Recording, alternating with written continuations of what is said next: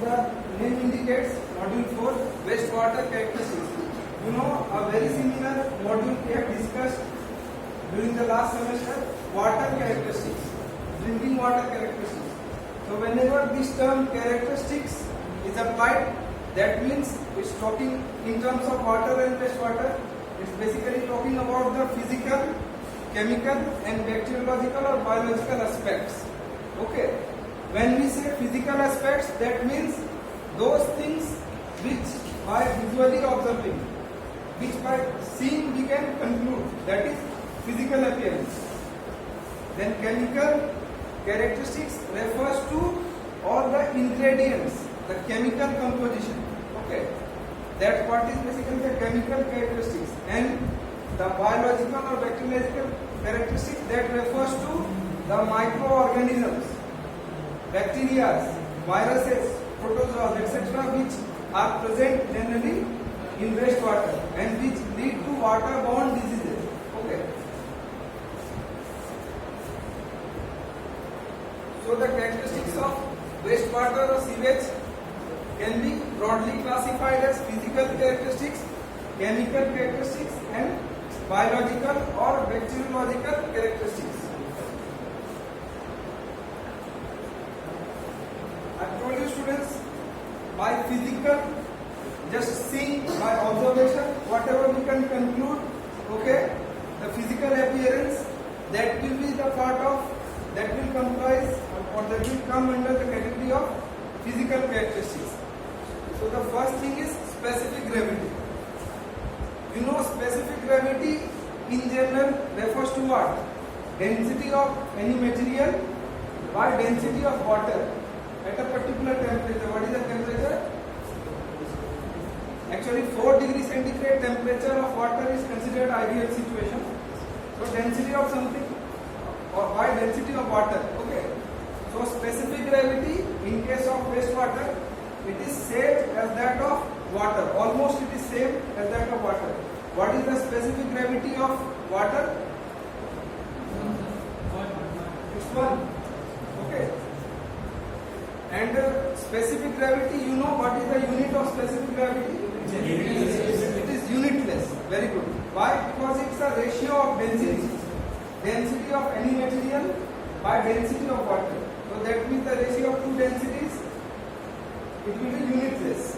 So the specific gravity of sewage is very nearly equal to that of water. Very near to 1. Okay. Then the color. This is also a thing which we can see, observe. So basically, I think in one of the classes we had discussed fresh sewage, means the sewage which has been manufactured instantaneously. जो अभी sewage बना है, ठीक है ना? The currently manufactured wastewater, it is alkaline in nature and grey in color. If you remember, we have discussed fresh sewage is alkaline in nature and grey in color, and maybe after 4 to 5 hours it starts decomposing. So it becomes dark or black in color and acidic in nature, and that we refer to as septic sewage. If you remember, we had discussed. So the fresh sewage has to be yellowish or grey in color or light brown in color. Generally grey color we refer. Okay, fresh sewage is grey in color and by nature it is alkaline. I think both the groups have performed acidity and alkalinity test. So you must be aware now what is alkaline. Okay, how to check alkalinity. So it becomes black. The fresh sewage after 4 to 5 hours it starts decomposing. A septic condition develops. A decomposition like situation occurs. Okay, that is why it becomes black in color or dark brown in color. Okay, and that condition is referred to as septic condition. SEPTIC, septic. That means decomposing. ठीक है ना? जब कुछ सड़ने लगता है, decomposition होने लगता है, that is referred to as septic. Okay. So after 4 to 5 hours, the fresh sewage becomes septic in its nature. It starts decomposing. It starts emitting foul smell, bad smell. Okay, and becomes dark or black in color.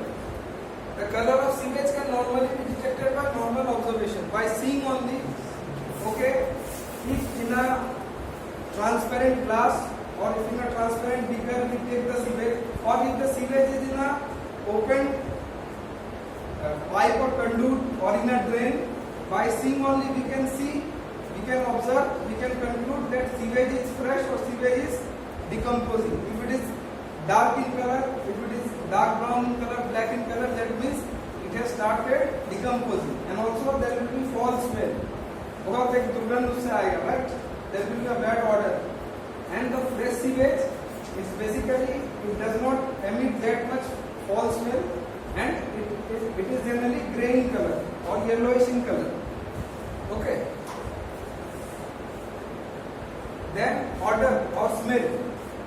So I told you the septic sewage, the decomposing sewage that emits foul smell, that emits very bad odor. Okay. So fresh sewage is practically odorless. Fresh sewage which has just been manufactured after utilization of water, that is practically odorless, that does not contain foul smell. Okay. But the septic sewage, the sewage which has started decomposing, that emits a foul smell. Okay. But the stale sewage or the septic sewage has an offensive odor. Of why that odor comes? It comes from hydrogen sulfide, H2S. You know, when sewage decomposes, it emits foul smell, and that is predominant by hydrogen sulfide. The odor is basically dominated by hydrogen sulfide, H2S, and other sulfur compounds. Basically, the decomposing sewage, the smell is dominated very much by the sulfur compounds which are present in wastewater, and that too hydrogen sulfide in maximum quantity. So that offensive odor is caused due to hydrogen sulfide and other sulfur compounds, and which is formed due to decomposition of sewage. So odor is tested by osmoscope. There is an instrument for testing of the odor. We can even measure what is the quantity. In terms of that osmoscope, we can measure what is the odor level or the level of that offensive smell. Then temperature. The temperature, in one of the classes we had discussed, sewage has a higher temperature with respect to normal drinking water. The normal drinking water temperature lies somewhere between 10 degrees to suppose 20 degrees, and the temperature of sewage is slightly higher. It is around 20 degrees. The normal temperature of sewage is generally slightly higher than the temperature of water, and the average temperature of sewage in our country is around 20 degrees centigrade. Sewage का temperature roughly 20 degrees centigrade होगा. Okay. It is slightly higher than drinking water, and the drinking water range I have told students that 10 degrees centigrade to around 20 degrees centigrade. That is the temperature of drinking water. And the normal room temperature, laboratory temperature, normal room condition, we take as 25 to 27 degrees centigrade. Correct? So the temperature of sewage is 20 degrees centigrade or maybe higher than that. Minimum 20 degrees centigrade will be the temperature of sewage. The temperature has an effect on the biological activities of bacteria present in sewage. The biological activities in sewage are higher at a higher temperature. You know, for chemical reactions we heat. In your chemistry laboratory also you must have done in the past in your schools that in order to react something we heat it with a Bunsen burner or by any other spirit lamp or something. We heat so that chemical reaction takes place. So definitely with higher temperature the chemical reaction increases, the rate of reaction increases, the reaction kinetics increases. That is why the bacteriological effects also increases, the bacterial activities increases with higher temperature. Okay, temperature has got an important role to play in chemical reactions. हम लोग normally chemistry lab में past में आप लोगों ने किया होगा that you must have heated some chemical so that it can react with suppose a particular chemical. ठीक है? दो लिक्विड को आपने मिक्स कर दिया, you heat it and the kinetics will start. Okay, the chemical activities will be basically enhanced by heating them. The temperature also affects the solubility of gases in sewage. In addition, the temperature also affects the viscosity of sewage. Normally, we will see that if temperature increases, basically the solubility of gases in sewage decreases. That means increasing the temperature is going to increase the rate of reaction. That is true. But increasing the temperature is going to reduce the dissolving of gases in the sewage. ठीक है? And increasing the temperature also decreases the viscosity. Is there any idea what is viscosity? Viscosity is basically the hindrance in the path of moving of liquid. More viscous the liquid, slower is the velocity of flow. ठीक है ना? You take two sort of liquid. Suppose one water, another honey. Which will flow faster? Water is going to flow faster. Why? Because the viscosity is less. And the viscosity of honey is more. There is a drag. You know, every layer, there are various layers of honey. Every layer exerts a dragging force. And that is why it flows very slowly. That means it has a high viscosity. Now, what do we learn here? Increasing the temperature decreases the viscosity. Okay. Similarly, increasing the temperature also affects solubility. The solubility decreases. But interestingly, increasing the temperature increases the sedimentation process. ठीक है? So temperature increasing decreases viscosity. Temperature increasing decreases the solubility of gases. But at the same time, increasing the temperature helps in settling of particles, the floating impurities. Why? Because the viscosity decreases, and that is why the particles, they can very slowly settle down. Okay, there was a dragging force which was keeping it in suspension form. That impurities tend to settle down. Why? Because the viscosity has decreased. Okay, so that is why it is written, which in turn affects the sedimentation process in its treatment. Means if we increase the temperature, the settling or the sedimentation of floating impurities will take place at a faster rate. Because the viscosity has decreased, the dragging force which was keeping the floating impurities in its suspended form, that has decreased. That is why particle will settle down. Okay. Then turbidity. This experiment we will perform in our environment lab also. Turbidity. Turbidity is actually the reflection of light by a turbid particle. What is the turbid particle? If there are suspended floating impurities, okay, that offers a hindrance to the passage of light. Suppose you take a transparent glass, okay, you pour in water. पीने का पानी यहाँ पे glass में, in a transparent glass, कांच के glass में you have put water and you hold it against light. You can see from this side onto that side, correct? That means it's transparent. Its turbidity is very less. That is why you can see from this side onto that side, clear and transparent. Now what you do? Either you take chalk powder or you take dust. You dissolve it. Now can you clearly see from this side onto that side? No, there will be a hindrance in the vision. Why? Because the light will be reflected by the floating impurities. That means the turbidity has increased.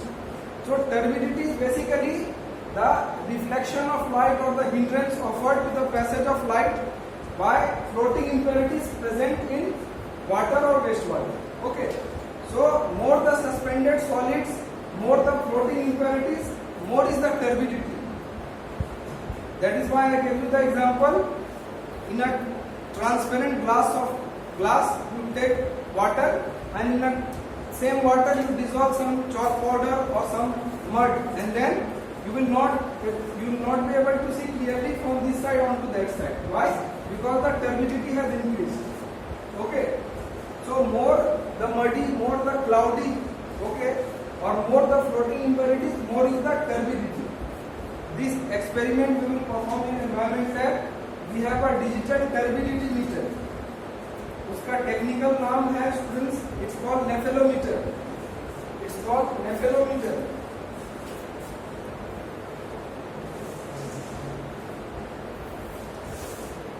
नेफेलोमीटर और digital turbidity meter. It gives us a clear picture of what is the turbidity. The unit of turbidity is basically in NTU, capital N, capital T and capital U. Nephelometric turbidity unit. Higher the NTU value, higher is the turbidity. Okay. Nephelometric turbidity unit, that is the unit of turbidity. We have instrument in our lab, nephelometer or digital turbidity meter. By that we measure the turbidity. So clear water, drinking water will have lesser turbidity. That means low NTU value. And wastewater, sewage water, drainage water, they will contain higher turbidity. Okay. So sewage is normally turbid. That means sewage is normally non-transparent. It's very much muddy or it contains floating impurities, and that is very common. That is very general. Na? Wastewater will contain floating impurities of various sizes. It will contain colloids, it will contain floating impurities, organic, inorganic particles, everything. Okay. The turbidity directly depends upon the quantity of suspended particles. Greater the number of suspended particles, floating impurities, which remain in suspended form, which do not settle down and which are not in dissolved form also. ठीक है ना? Greater the number of suspended particles, greater is the turbidity. ठीक? That means those particles are in suspended form. They do not settle down. They are also not in dissolved form. If they are in dissolved form, they will not be visible. Okay? And if they settle down, then they will settle down at the bottom. But if they are in suspended form, that means they are in floating form, and that is why the turbidity is high. ठीक है ना? So the wastewater has got a higher turbidity. And how do we measure turbidity? By nephelometer or digital turbidity meter. The degree of turbidity can be measured and tested by turbidity rods. In earlier times, in primitive times, these were used. ठीक है ना? Cobalt silica rods or turbidity rods. But nowadays nephelometers or turbidity meters, digital turbidity meters are used. I told you the unit, that is NTU, nephelometric turbidity unit.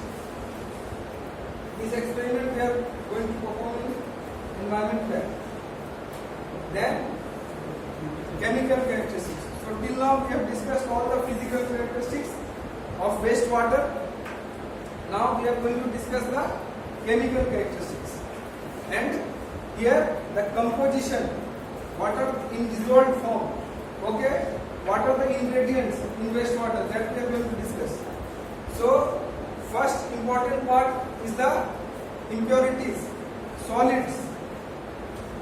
The sewage normally contains a very small amount of solids in relation to huge quantity of water. You know, wastewater, it is primarily composed of wastewater is primarily composed of the liquid part, and very small amount of solid part is there.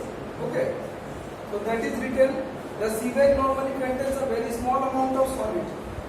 Okay, a limited quantity of solid is there, and enormous quantity or huge quantity of that wastewater portion or the liquid part is there, which is impure. Okay, so it only contains about 0.05 to 0.1% of total solid. That means 0.99% is wastewater part.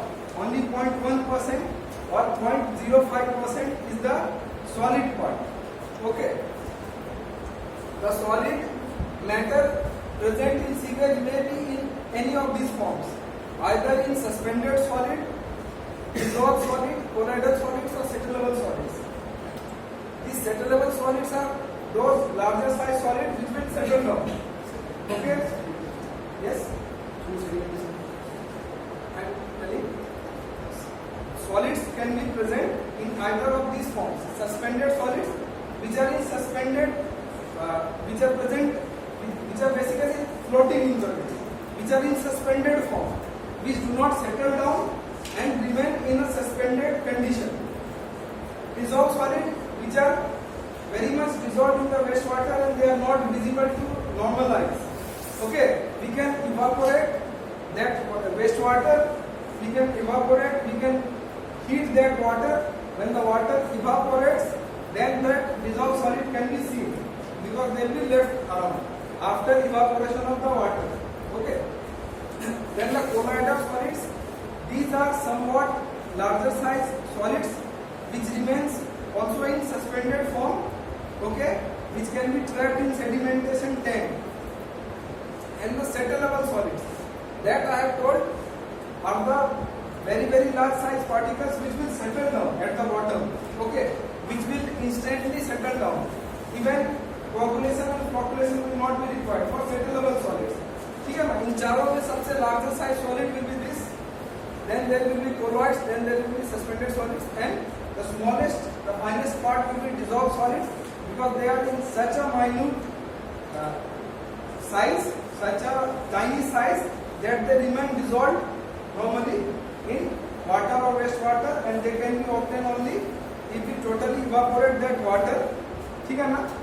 In environment lab also you will do. I think in soil mechanics lab also, while measuring the moisture content, what we do, we put it in a oven, in a small dish or anything, we put that. Okay. Suppose in case of environment lab, we have dissolved solids. Okay. We have taken in a container and we put it in a oven at say 105 to 200 degrees centigrade, and we evaporate it for say 3 hours or 4 hours. The entire water will evaporate. Okay. What will be left around? That will be basically the dissolved solids. Dissolved solids. We refer to it as TDS, total dissolved solids. That are basically in dissolved form. They were very minute in its sizes. They were very tiny. They were in dissolved form. When the water evaporated, since water was a liquid, it evaporated, but this cannot be evaporated. Okay. Now, if we go into the details, TDS, dissolved solid, there can be two more types of dissolved solids: volatile dissolved solids, non-volatile dissolved solids. Volatile dissolved solids will be that which, when temperature increases, they also evaporate. Okay.